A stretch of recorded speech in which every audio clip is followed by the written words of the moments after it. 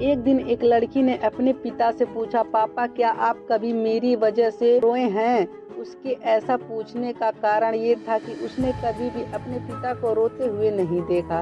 इस सवाल के जवाब में पिता ने कहा, हाँ एक बार ऐसा कुछ हुआ था जब तुम्हारी वजह से मैं रोया था।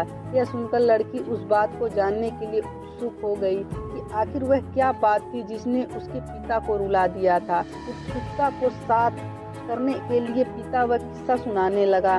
बात उस समय है जब तुम 6 साल की थी। एक दिन मैंने तुम्हारे सामने 3 चीजें रखी, एक पेन, एक सिक्का और एक खिलौना।